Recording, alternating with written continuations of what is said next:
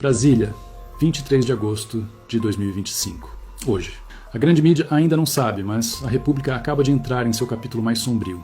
Na calada da noite passada, em uma sala secreta no subsolo do STF, o Brasil esteve a um passo de deixar de ser uma democracia para sempre. Fontes ultra-secretas que participaram da reunião confirmam: o homem que se tornou o ditador do Brasil agora quer ser o seu presidente. Esta é a crônica da conspiração, que pode mudar para sempre a República. Mas antes de revelarmos o plano de guerra que ele apresentou, eu quero ouvir você.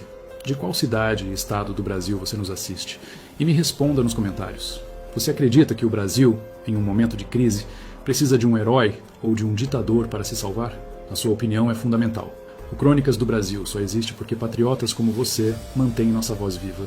Se puder, considere se tornar um membro ou fazer uma doação. Se não, sua inscrição já é a nossa maior arma. A nossa investigação nos leva a uma reunião que ocorreu em uma sala à prova de grampos no STF, na noite de ontem, 22 de agosto. O clima, segundo nossa fonte, era de um funeral triunfante. A cúpula do sistema, que na semana passada viveu em pânico, agora sentiu uma certeza. A crise econômica, a rebelião do Centrão, as ameaças de Trump, tudo isso tinha um único nome: Alexandre de Moraes. Eles sabiam que ele era a causa da crise, mas acreditavam que ele era o único que poderia salvá-los dela.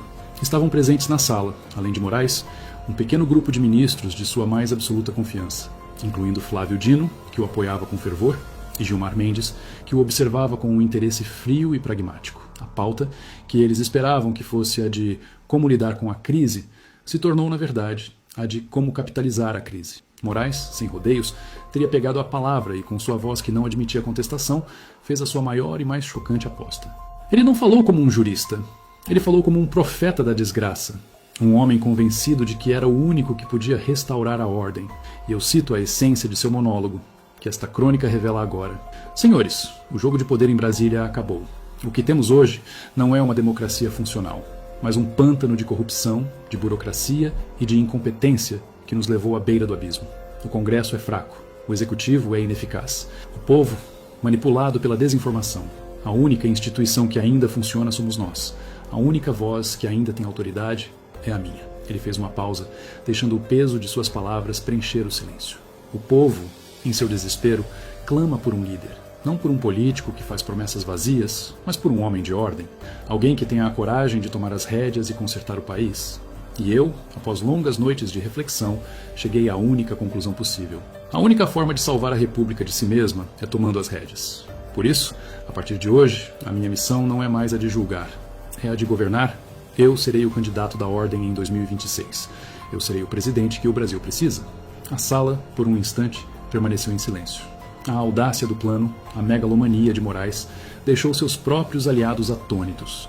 A ditadura da toga, que era um medo, acabava de ganhar um rosto e uma candidatura. E a República, sem saber, acabava de entrar em seu capítulo mais sombrio.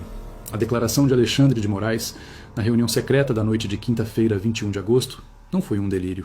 Foi a apresentação de um plano frio, calculado e assustador para a tomada final do poder. E a reportagem das horas seguintes, que nossa fonte nos relatou, é a de um homem detalhando sua estratégia de guerra para uma plateia de cúmplices atônitos. Moraes sabia que sua imagem pública era a de um tirano, e ele não tentaria mudá-la, pelo contrário. Ele a usaria como sua principal arma. O seu plano de campanha, que ele teria apresentado em um data show na mesma sala, não era sobre propostas, era sobre a imposição da ordem. E ele se baseava em 3 frentes de batalha. A primeira frente, a da candidatura da salvação nacional. Moraes explicou que não se filiaria a nenhum partido de esquerda. Seria um suicídio. Em vez disso, ele usaria um partido de aluguel do Centrão e se lançaria como um candidato técnico, sem ideologia, acima da direita e da esquerda. A sua plataforma não seria o socialismo, seria a ordem. Ele se venderia ao Brasil como o único homem com a coragem e a força para acabar com o caos, com a polarização e com a corrupção.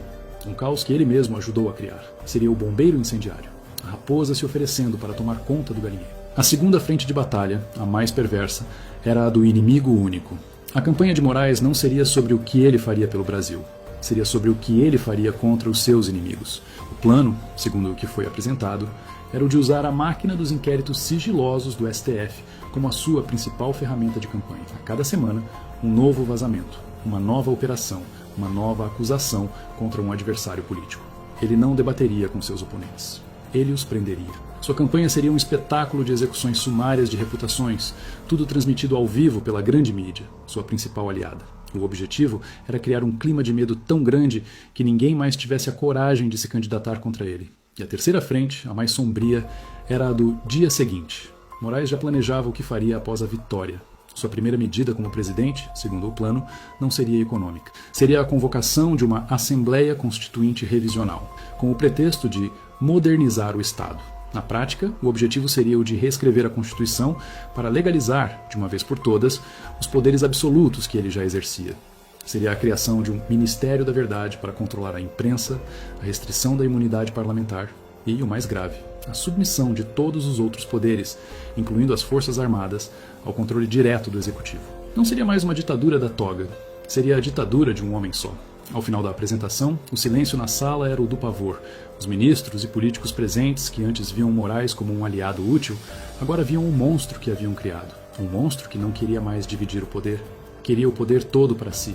E eles, por medo ou por cumplicidade, estavam prestes a embarcar nesta jornada sem volta. A notícia da conspiração de Alexandre de Moraes para se tornar presidente, vazada por nossa equipe, ainda não é pública, mas ela já está correndo como um incêndio nos bastidores de Brasília. E a reação dos outros poderes, que até então eram cúmplices ou reféns do ministro, foi de pânico, mas também de uma raiva mortal. A reportagem da tarde de hoje, sábado, 23 de agosto, é a do nascimento de uma aliança contra o monstro que eles mesmos criaram. A primeira reação veio do Congresso Nacional. A ala do Centrão, que antes era o principal escudo político de Moraes, agora se viu em um dilema existencial. A candidatura de Moraes não era apenas uma ameaça à esquerda. Era uma ameaça ao próprio sistema político. A promessa de uma constituinte revisional, de um estado de exceção, significava o fim do poder deles. O jogo de toma lá, dá cá, seria substituído pela força bruta de um único homem. A crônica de uma reunião secreta que ocorreu hoje no gabinete do presidente da Câmara, Arthur Lira, é a de um racha definitivo. Os líderes do Centrão que antes barganhavam com o governo, agora barganhavam com o futuro. E a conclusão foi unânime. Moraes precisa ser parado. Mas a aliança contra Moraes não se limitou ao Centrão. Ela se formou com seus próprios algozes, em um movimento que mostra a realpolitik em sua forma mais pura. A ala pragmática do governo Lula, liderada pelo ministro da Fazenda, Fernando Haddad, e pelo ministro da Justiça, Ricardo Lewandowski, se uniu à oposição. Para eles, a ameaça de uma ditadura de toga era mais perigosa do que a de uma direita em ascensão. A crônica de uma conversa de altíssimo nível, ocorrida no meio da tarde, é a de uma aliança improvável. O PT e o Centrão, os dois maiores inimigos políticos da história recente, agora se uniam contra o monstro que eles mesmos ajudaram a criar. E a reação mais poderosa, a que o sistema mais temia, veio das Forças Armadas. A notícia do plano de Moraes de se tornar presidente e de reescrever a Constituição para submeter os militares ao seu comando chegou aos quartéis como uma afronta. A quarta força, a ala de generais patriotas que já havíamos revelado, entrou em um estado de alerta máximo. A conversa, segundo nossas fontes, não era mais sobre política. Era sobre honra, dever e a defesa da nação. Um general teria dito aos seus pares: ele acha que somos o porrete dele? Ele quer reescrever a Constituição que juramos defender? A sua ambição se tornou um ataque direto a todos nós. Ele agora é o inimigo de todos nós. A crônica das próximas horas é a de um cerco que se fecha. A ala legalista do STF, liderada por Fux, Mendonça e Marques, está agora em contato direto com os líderes do Congresso e das Forças Armadas. O plano de ação é um ataque em 3 frentes. Uma ação no Congresso, uma ação nos tribunais e uma ação de inteligência nos bastidores para expor os crimes de Moraes. O homem que se julgava onipotente, que achou que sua candidatura seria o caminho para o poder absoluto, na verdade, acabou de assinar sua própria sentença de morte política. Na sua megalomania, ele cometeu o erro fatal de desafiar todos os poderes. E agora, todos os poderes, unidos em uma aliança contra o autoritarismo, se preparam para dar o checkmate final. A guerra civil em Brasília começou, e desta vez, o inimigo não tem para onde correr. A notícia da aliança contra Alexandre de Moraes, na tarde de hoje, sábado, 23 de agosto, foi apenas o prólogo. O ataque final, coordenado em 3 frentes, começou a ser executado poucas horas depois, na noite de hoje. O sistema, que achava que poderia se safar com uma simples traição, se vê agora encurralado, sem saída e sob um bombardeio de acusações que ele mesmo criou. A primeira frente de ataque, a política, veio do Congresso Nacional. O presidente do Senado, Rodrigo Pacheco, e o presidente da Câmara, Arthur Lira, convocaram uma entrevista coletiva conjunta, que foi transmitida ao vivo pela TV Senado e pela TV Câmara. O tom deles era grave e institucional. Eles não falaram em golpe, falaram em Constituição. E eu cito a essência da fala de Rodrigo Pacheco. Diante de graves e reiteradas acusações que chegam a esta casa,